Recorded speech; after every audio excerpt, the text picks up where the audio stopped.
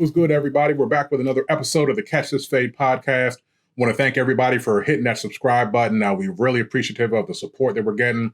All you have to do to support is just subscribe to the channel, hit the like button, share the video when you get a chance. It's really all that we ask to make sure that we're getting to the most eyeballs and ear holes as possible. Make sure we're spreading this good content around so that we're informing everybody about what's going on with the Dallas Cowboys. Now, look, conference championships are this weekend. Doesn't matter, Dallas isn't involved, but Dallas is still atop the news cycle every chance they get. And one of the things that I've been seeing going around is conversations about what is going to happen when it comes to the Dallas Cowboys and Dak Prescott and the contract negotiations. And there's a lot of good content out there, but I don't think anybody has covered all 6 of the options that exist when it comes to how this could all play out. So, salary cap is my thing. I like to discuss this over the years, and I want to make sure that everybody's informed about everything that's on the table. Now, some of these options are not very likely, and I am ranking them in order of least likely to most likely, but I just want to make sure everybody's informed about what the possibilities are so you can kind of work out in your own head what you would like to see happen and what you think is going to happen.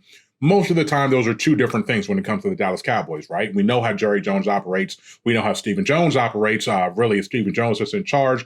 But to me, they're one and the same because it's the ownership group versus the fans when it comes to how I see things happening. Anyway, let's talk about the number one thing. Very unlikely to happen, but still a possibility. The Dallas Cowboys could cut Dak Prescott. Now, when I write this article on Cowboys Wire, I'm going to go into a lot more detail explaining how the cap works, how unallocated bonus works. But for the purposes of this video, we can just talk in layman's terms about the fact that Prescott has 1 year remaining on the 4-year deal that he signed after he was tagged for the second time. It's a no tag clause in there, a no trade clause in there. We'll talk about that in a second. And basically what happened was the Cowboys added what are called void years, 2 void years to the back end of the contract. And that's strictly a salary cap accounting move. What that means is that Prescott is not under contract for 25 and 26, but they are allowed to spread his bonus money evenly over years that don't actually exist in the contract. It's all cap magic. That just shows you how unserious the salary cap is. A team can add void years and really not worry about it because they can push money off until future caps where the cap is higher. We know the cap grows $12, $15 million every year. And we can really get down to it later on in the article, as I said. But anyway, the Cowboys could cut Dak Prescott, save his $29 million, still have $30 million of dead money based on the bonus money that they've paid him in the past, the roster bonus that he's due in March, and basically just save $29 off of their cap this year. Right now, the Cowboys are around $20 million over the cap. They cut Dak Prescott. They're down. They have cap space to do whatever they want to do, plus some other moves they can make. But there's no way they do this without drafting a quarterback, right? So sitting at 24, unless they're going to mortgage future picks, there's no way they can guarantee that a quarterback is going to fall to them.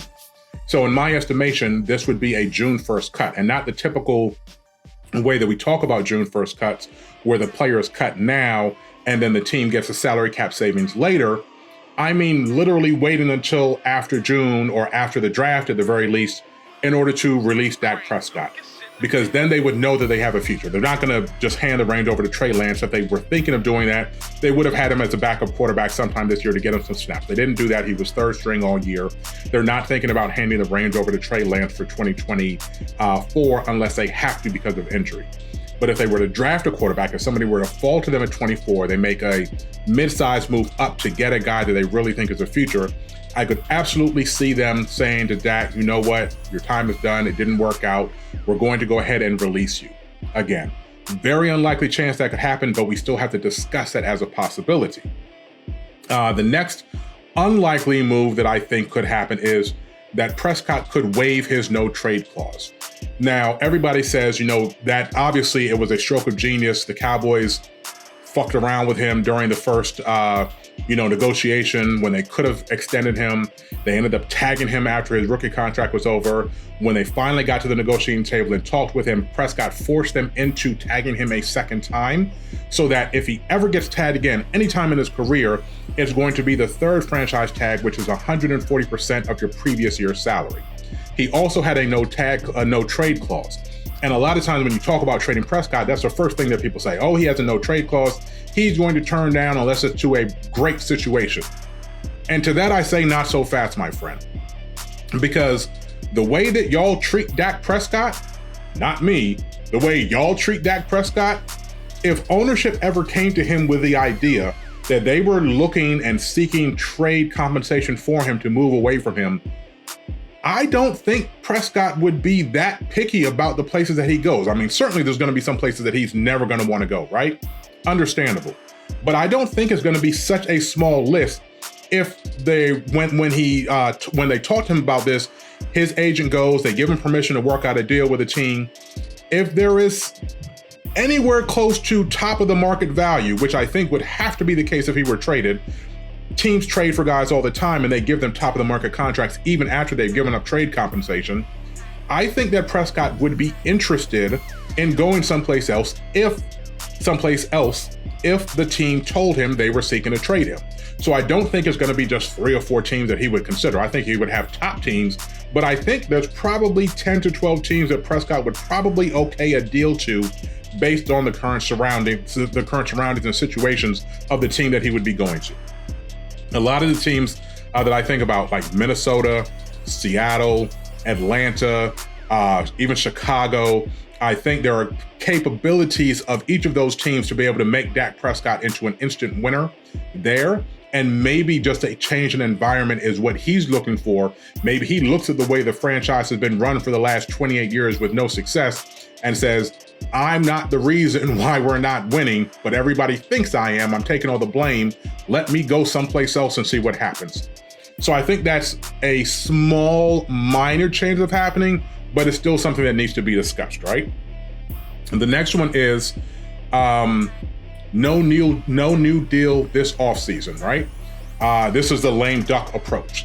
The Cowboys have a lame duck approach when it comes to Mike McCarthy, and conventional thinking is that Prescott and the team are going to be able to work out a multi-year agreement, but there's always a possibility that they just roll into this year with a contract as it is, ready to bite the bullet, and then move on during the offseason. It's not a very high chance of happening. It's higher than the other 2 possibilities, but there is always a chance that the team and Prescott decide, you know what, we're just going to let this play out, see what happens in this year, and then, deal with the repercussions later. And remember, just because they go into the draft or the rest of the summer or the regular season without working out a deal, they can always keep negotiating. This isn't a franchise tag. Remember, with a tag, once you get past a certain point, you can no longer negotiate with the player. That's not the case in the last year of a regular contract. They can negotiate all the way up until, and the Cowboys have exclusive negotiating rights all the way up until the first day of the 2025 league year. So there's plenty of time. Even if they go into this season without working out a deal, there's plenty of time for them to work out a deal later on. But there is a small possibility that they can't come up with an agreement and enter the season that way, or at least enter the draft season that way. Now, here's one of the possibilities that I don't think is getting enough attention. I call it the Drew Brees extension. And basically what happened in 2016, Brees and the Saints weren't really good, but they were at an impasse. He was still Drew Brees. And he basically told them, look, if we don't get a deal done by the first week of the season, then I'm cutting off negotiations. And then right before, like 2 days before the Thursday night kickoff game happened, they came up to an agreement that paid him at the time a whopping sum of $24.5 million a year. And it was all guaranteed. They guaranteed his current year salary, and then they gave him the 1-year extension for $24.5 million. And it ended up giving him like $44 million of guaranteed salary across the 2 years. And I think that's a pretty strong possibility, because the way that protects Dak Prescott is, okay, well, now you have guaranteed money. So if you have an injury, and remember, he missed most of 2020 season with a leg injury, and then in 2022 he hurt his hand in the opening week. He suffered 2 major injuries in the last couple of seasons, and this deal would allow him to have the financial security to know that if there is a catastrophic injury, he's not entering into free agency coming off of that injury. So I think it works out for them. I think it works out for the Cowboys if they were to extend him for another year, because then that allows them to bridge the gap. If things don't work out with Mike McCarthy, they have Prescott in the fold to at least present the next coach with an option of rolling with Prescott, seeing what he can do, or entering the 2025 draft to go ahead and get the franchise quarterback of the future, and you sit him for a year behind Prescott, whatever the case may be. I think that conversation needs to be had a little bit more than it is, because I haven't heard anybody talking about it, a 1-year extension as opposed to the multi-year extension. Probably a little bit higher on the scale of possibility to me is the fact that the Cowboys would restructure the base money in Prescott's deal and push money into the void years. One thing that Over the Cap's Jason Fitzgerald brought up, and he's obviously the NFL's guru when it comes to the salary cap, that I love about this idea is you don't have to restructure the entire deal all at once. You can restructure it as many times as you want.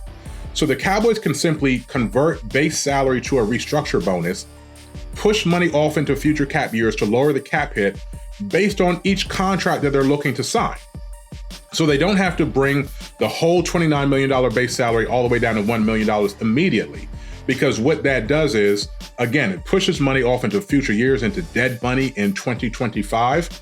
So you want to minimize that as little as possible. So if you only need $6 million worth of room in this year's cap, then you would basically only move a little bit of that base salary into the voidable years. And then if you have another contract, if there's a free agent that you need to sign, you need to create room, you can come right back to the Dak Prescott contract and restructure it again to push more money off into the future. So I think that's a very viable option for the Cowboys to kind of hedge their bets, especially with that, you would be looking at obviously protecting yourself for next year. So that comes along with the idea that you're probably going to be drafting a quarterback to be your future guy, knowing that you're going to walk away from Dak Prescott and trying to minimize the amount of damage it does to future caps as much as possible. Finally is the most likely of the scenario that everybody feels is just the train coming through, the light at the end of the tunnel, is a multi-year contract for Dak Prescott. Because of the way that he's backed them into the corner, I talked about it before. The Cowboys played hardball with him at the early part of his career. This is his get back. He's really put them in a corner where the options, and I know you listen to those first 5 options and you're like, none of those are really ideal. And depending on how you feel about Prescott being the franchise quarterback of the Cowboys, this might be the most unideal or the best idea that you've heard. We all know how I feel about Dak Prescott, although I am pretty disappointed with the fact that the slow starts in the playoff games seem to be synonymous with him, even the time that he's overcome them. It has become a pattern with him in the playoff games. Sometimes he's overcome them to have great games and be competitive. Sometimes it's just bit them and there's been no competition to be found in the playoffs. So I'm not opposed to the idea that the Cowboys could forge a path without him, but I still think that Prescott has greatness in him. I just don't know whether or not it's going to happen with this organization. But if they feel like it, and we know that the Cowboys don't like change, right? They like to be able to roll out the same thing. We see it with their coaches. We see it with their players. They don't want to pay players that have performed for other teams and haven't earned their stripes with the Cowboys. That's why they don't pay in free agency. They want to prove that that player can play under the lights that are the Dallas Cowboys, the spotlight that is always shining on the Cowboys. And they want to reward their players for time served as opposed to paying somebody on the potential of doing that for the Cowboys. But when it comes to a Prescott and an extension, anything that he touches is probably going to reset the market, right? And right now, I believe it's Joe Burrow is getting paid like $55 million a year on average. Justin Herbert in LA is getting paid $52.5 million a year. So to me, the next level of contract, and whether that is going to be Prescott or maybe Tua, and it's actually pretty fortunate for the Cowboys that it's not a really robust quarterback market this year. Tua is really the only guy that doesn't have a deal because Hurts got his deal, Jackson got his deal, Burrow got his deal, Herbert got his deal. Mahomes can renegotiate at any time and reset the market. Obviously, he's going to be worth it. But really, it's Prescott and Tua as the only really, and Kirk Cousins maybe, but Kirk Cousins is really old. I'll hold my, disdain for Kirk Cousins aside for this conversation. So maybe you say Cousins is number 3. But regardless, I think that Prescott is on tap for like $57 million a year. That is too much to swallow for a lot of Cowboys fans. And I understand where you're coming from. You talk about the piece of the pie and how much is allocated to the quarterback. We know quarterback is the most important position, and they take up an extraordinary amount of the cap. But I think that's what's in store for Prescott, whether it be a 4-year or a 5-year deal. I'm pretty sure that's what eventually is going to get worked out. The guaranteed money is going to slide around based on certain factors and how they want to do it. Whether it's fully, how much of the fully guaranteed money, how much is injury guaranteed, how much the escalators are for winning MVP. Now that he's in that conversation again, I'm sure there are going to be some clauses to spike his value based on AP, all pro appearances, Super Bowl appearances, MVP awards, things of that sort that could escalate a contract. But to me, the average number is probably going to hit around $57 million. And that's really the 6 variations of how things can go for Dak Prescott and the Dallas Cowboys this offseason. Some of them are things that would happen early in the schedule, in the offseason schedule. Some of them are things that would happen later. But all in all, this is an overview of the possibilities when it comes to Dak and the Cowboys and their contract situation. If you enjoy this content, again, smash that subscribe button, smash the like button, and make sure that you share the video. That's the only way that I know that y'all are on board with what we're doing here, trying to bring you some fresh content that makes you think. We'll be back with another episode tomorrow. My man John Onan from PFS is going to come back. We're going to talk a lot about the Cowboys defense and some things that he would like to see. So if you haven't checked it out already, we had Aisha Morrison from DallasCowboys.com on earlier in the week. Go look for that video. Last week we had Foots the King talking about linebackers in the draft. We're bringing you some of the best content creators in the Cowboys sphere, having these insightful conversations, and I hope that it's keeping you entertained, giving you something to talk about. That's it for tonight. I'm out of here. Salute.